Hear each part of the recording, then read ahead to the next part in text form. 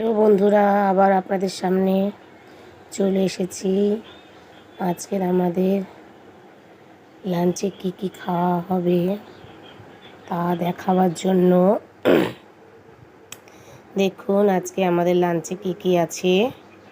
আজকে আছে আমাদের এদিকেও ডাঁটা, আলু, বেগুন, টমেটো আর পোস্ত দিয়ে ডাঁটার মাখা মাখা ঝোল। এদিকে উচ্ছে, আলু আর ইলিশ মাছের তেল দিয়ে এটা ভাজা।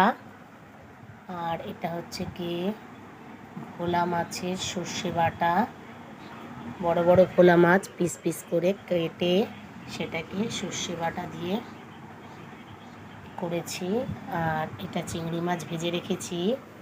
একজন ভোলা মাছ খাবে না আমাদের পরিবারে, তাই তার জন্য চিংড়ি মাছ ভাজা।